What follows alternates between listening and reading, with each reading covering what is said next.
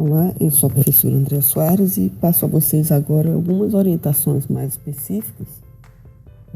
e uma visão geral aqui do que seriam ambientes virtuais de aprendizagem e o que se deve observar quando se está analisando, estudando, aprendendo a utilizar um ambiente virtual de aprendizagem. Como vocês devem ter lido nos textos que foram disponibilizados na aula, existem diferentes visões do que vem a ser um ambiente virtual de aprendizagem, desde simples websites que são utilizados na internet com objetivo educacional, até sistemas especificamente desenvolvidos pelas instituições para a publicação dos conteúdos específicos e também com o desenvolvimento, a institucionalização das ofertas de cursos na modalidade à distância, vieram a ser desenvolvidos sistemas informatizados especificamente para esse fim, ou seja, ferramentas ou ambientes de software desenvolvidos em uma linguagem de programação visual para web e que são usados para criação e administração de cursos na modalidade à distância. Então, o que nós entendemos mais oficialmente como AVA, Ambiente Virtual de Aprendizagem, vem muito mais da noção do termo em inglês LMS, que é Learning Management System, ou seja, sistemas que foram criados especificamente para fazer a gestão de ações educacionais, ou seja, gestão de aprendizagem em ações educacionais. Esses ambientes, eles têm caracteristicamente 3 categorias principais de ferramentas: as ferramentas administrativas, as ferramentas de ensino e as ferramentas de interação. As ferramentas administrativas são aquelas úteis para criar cursos e disciplinas, controlar a matrícula dos alunos participantes, cadastrar professores, tutores, definir perfis de usuários, etc. Enfim, a gestão do sistema como um todo, do acesso, dos recursos que estão ali, é feita através dessas ferramentas administrativas. Já as ferramentas de ensino são uma categoria dedicada à publicação e à configuração do acesso aos conteúdos didáticos que são utilizados no curso, bem como a configuração, cadastro, criação dos instrumentos para avaliação da aprendizagem. Já as ferramentas de interação,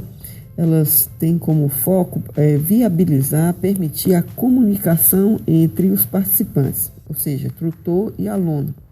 ou entre os próprios alunos. Ferramentas como mensagens de e-mails, chats ou salas de bate-papo, fóruns de discussão, webconferências ou até wikis para construções colaborativas seriam exemplos, então, dessas ferramentas de interação. De modo geral, então, a gente pode resumir essas ferramentas de interação em e-mail, fórum, chats, webconferências e, em alguns casos, também listas de discussão. Se bem que essas listas de discussão, elas têm uma característica mais comumente usada dentro das próprias ferramentas de e-mail que nós conhecemos. Yahoo, Gmail, etc. Ali você pode construir, cadastrar um grupo e associar a esse grupo uma lista de e-mails de participantes e enviar mensagem para esses participantes a partir daí. Eles servem também ao propósito de discussão colaborativa de algum tema, de algum assunto, assim como o fórum de discussão o serve. Entretanto, a forma de funcionamento das listas de discussão é bem diferente da do fórum. Enquanto na lista de discussão a mensagem é enviada e ela cai na caixa de e-mail particular de cada um, sendo, portanto, mais difícil ao participante recuperar de uma forma lógica e hierárquica aquela ideia, aquele conteúdo que está sendo discutido ali, seguir uma sequência lógica, uma reconstrução da discussão feita. No fórum de discussão, não. Todas as participações, as postagens, tanto as disparadoras quanto as de respostas, estão localizadas em um único local. Então, se o fórum permite uma visualização hierárquica dessas postagens, ou seja, quem postou e quem respondeu, identado um dentro do outro, a recuperação da discussão ali feita é muito mais interessante e facilita de uma forma muito mais clara a aprendizagem dos alunos. Enquanto e-mail, fórum, lista de discussão são ferramentas chamadas assíncronas, ou seja, que não exigem que os participantes estejam no mesmo lugar ao mesmo tempo, as ferramentas como chat e webconferência são consideradas síncronas, porque para que você participe efetivamente da discussão, vocês têm que entrar ao mesmo tempo que os demais participantes dentro da ferramenta e construir então juntas. Algumas dessas ferramentas aí, antigamente não era assim, mas hoje em dia já é mais usual, elas permitem que ao final da discussão, mesmo sendo síncrona, aquela discussão fique gravada de alguma forma, em alguma mídia, e os participantes que quiserem revisitar a discussão como um todo, ou os ausentes que não tiveram oportunidade de participar, mas querem ver o que foi discutido ali, eles podem acessar em um momento posterior e aquele material acaba virando também um material didático de construção colaborativa no próprio curso. Hoje em dia é comum também vocês ouvirem a expressão webinar ou webinários, que mescla o uso da webconferência com a discussão em chat, colaboração. Permite então que o participante, o palestrante, ele faça a transmissão em vídeo daquele conteúdo e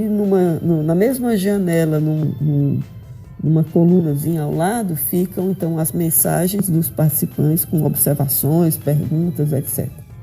Então é muito comum hoje em dia ter esse tipo de ferramenta à disposição de ações educacionais na modalidade à distância. No curso de fisioterapia da UFC em particular, eu diria que nós temos 3 principais ambientes virtuais de aprendizagem nesse sentido de LMS, né, de sistema de gerenciamento de cursos, de disciplinas, etc., que seria o próprio SIGA-A, que embora não seja puramente um ambiente virtual de aprendizagem, ele tem funções muito mais amplas do que isso, ele é muito mais um sistema de gestão acadêmica completo com funcionalidades de AVA. E temos também um ambiente solar, que foi criado pela instituição, pela UFC, através do Instituto UFC Virtual, especificamente para abrigar, para fazer a gestão e a hospedagem dos cursos semipresenciais da Unidade Aberta do Brasil, da Universidade Aberta do Brasil, que são ofertados através da UFC, e também abrigar as disciplinas de cursos presenciais que quiserem fazer com que 20% do seu conteúdo seja ofertado na modalidade à distância, como a lei permite. Particularmente no curso de fisioterapia, nós usamos muito, e é o caso da nossa disciplina atual, o ambiente virtual de aprendizagem do Telesaúde, onde nós abrigamos as disciplinas, temos uma área, uma sala específica para abrigar as disciplinas do curso de fisioterapia. Obrigada.